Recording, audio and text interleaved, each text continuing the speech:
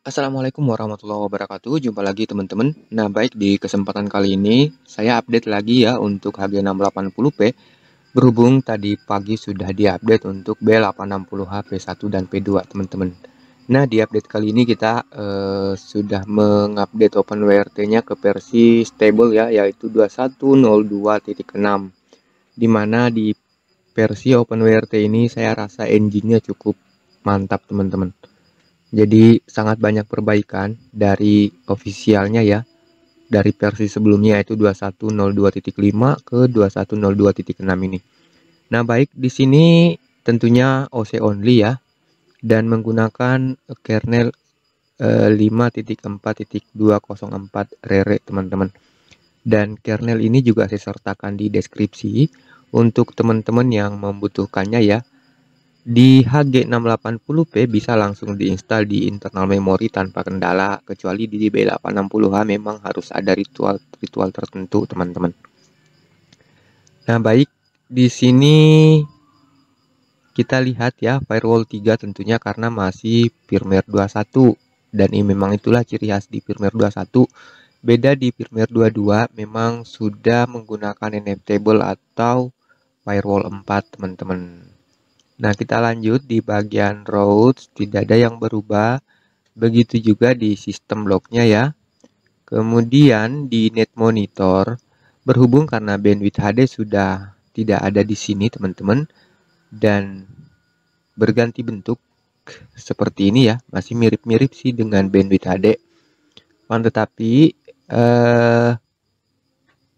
ini hanya mencatat sesaat juga teman-teman. Tidak seperti bandwidth HD itu bisa menyimpan dari total ya, mulai dari awal registrasi tercatat sampai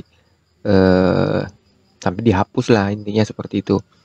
Namun ini hanya sementara untuk apa namanya list yang ada di sini teman-teman. Nah, kita lanjut. Di sini ada rilis RAM, tentunya masih penting ya menurut saya.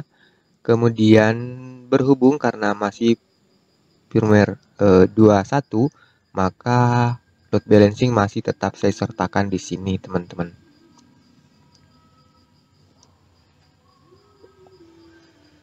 Nah, kemudian kita lanjut ke bagian sistem. Tentunya di bagian sistem juga ada perbaikan. Jangan lupa time zone disesuaikan dengan TKP masing-masing. Dan untuk time synchronization-nya saya sudah masukkan NTP Indonesia ya di sini teman-teman. Mudah-mudahan masalah sinkronisasi waktu sudah bisa di-fix di sini. Kemudian di bagian language and style itu saya sudah log ke English di sini. Berhubung beberapa teman-teman mengalami jika di sininya auto pada saat pertama burning, mungkin tergantung dari browser juga sih ya. Terkadang itu langsung bahasa Chinese teman-teman. Nah, oke, kita lanjut di bagian administration, tidak ada masalah. Begitu juga di bagian software. Berhubung karena baru, tentunya belum ada updatean di sini yang muncul teman-teman. Nah, baik, kita lanjut di bagian startup-nya. Semua terenable di sini ya, tanpa terkecuali.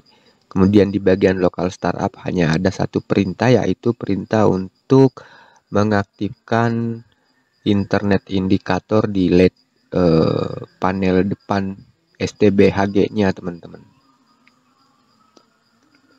Nah, baik, kita lanjut di bagian schedule. Tentunya sama seperti biasa, hanya ada FreeSH dan PinStatSH. FreeSH sendiri adalah untuk merilis RAM sama seperti yang di tombol status ini. Akan tetapi ini berjalan otomatis di background setiap 1 jam teman-teman. Sedangkan PinStatSH untuk mengupdate informasi di net monitor itu berjalannya setiap 5 menit. Jadi seperti itu ya. Itu nanti akan mengupdate di sini setiap 5 menit teman-teman. Ini berhubung belum 5 menit, jadi di sini belum ada ya, no data available. Nah, kemudian kita lanjut di bagian rilis RAM. Tentunya masih bukan di rilis RAM, tapi di mount point. Mount point juga tidak ada masalah. Hanya saja di sini saya aktifkan auto mount-nya teman-teman. Jadi tidak perlu lagi di mounting manual jika menyiapkan USB eksternal ataupun harddisk eksternal ya. Jadi sudah auto mounting. Tinggal dilihat di sini termounting poinnya kemana, MNT, kemudian diberi nama. Jika harddisk biasanya SDA SDB teman-teman, bukan MMC BLK. Nah, oke, kita lanjut. Tentunya file manager juga penting ya untuk kita gunakan mengakses Explorer dari OpenWRT kita. Nah, kita lanjut di bagian disk manager juga sudah diupdate sedemikian rupa sehingga sudah support dengan RAID 5 di sini teman-teman untuk harddisk ya. Ini sebenarnya juga sudah support dengan NVRAM. Jadi bisa menggunakan NVRAM eksternal yang menggunakan USB 3.0 ya teman-teman. Nah, selanjutnya kita lanjut di bagian Amlogic Service. Ini juga aman ya digunakan untuk instalasi ke internal memori. Dan di HG680 ini teman-teman tinggal pilih di sini untuk HG680p. Kemudian diinstal ya. Seperti itu teman-teman. Shutdown, reboot masih aman. Di bagian menu modem itu tidak ada yang berubah dari firmware sebelumnya. Hanya ada AT message, 4G connection dan modem info. Cuman 4G connectionnya ini saya update juga. Jadi lebih banyak bisa mengenali modem teman-teman. Baik modem rakitan maupun bukan, seperti itu ya. Dan untuk modem terkhusus modem rakitan masih tetap saya ikutkan di sini untuk modem infonya. Nah, baik, kita lanjut di bagian service dan tentunya karena OC only maka di sini tunnel yang terinstall hanya OpenClass.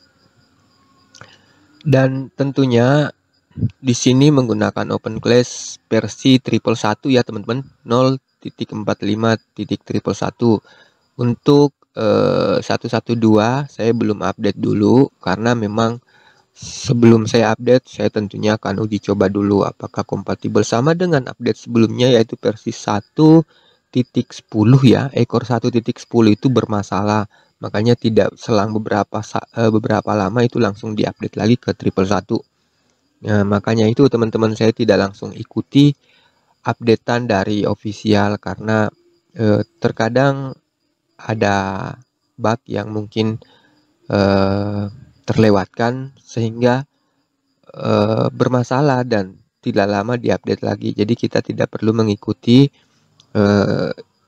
intensitas update yang ada di officialnya. Nah, baik teman-teman, kita lanjut. Base 64 dekode encode sudah dipindah ke menu service, meninggalkan menu status untuk menyeimbangkan menu ya, jarak atau spasi menu di sini. Nah, selanjutnya zero tier masih aman, tetap diikutkan di sini teman-teman. Bisa menggunakan AutoNAT client, bisa juga tidak. Sebab ini masih firewall 3 jadi aman semuanya.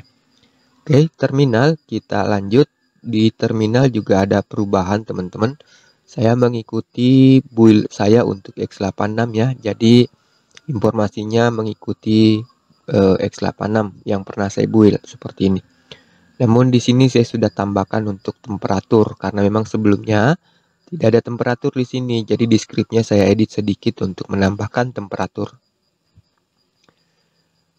Nah, selanjutnya kita berpindah ke menu network. Tentunya interface-nya di sini sudah default. Memang seperti ini, ada WAN1, WAN2, di mana WAN1 ada ETH1 dan WAN2 ada W10. Jadi untuk modem-modem umum itu bisa langsung kedetek teman-teman. Jadi di salah satunya ini ya.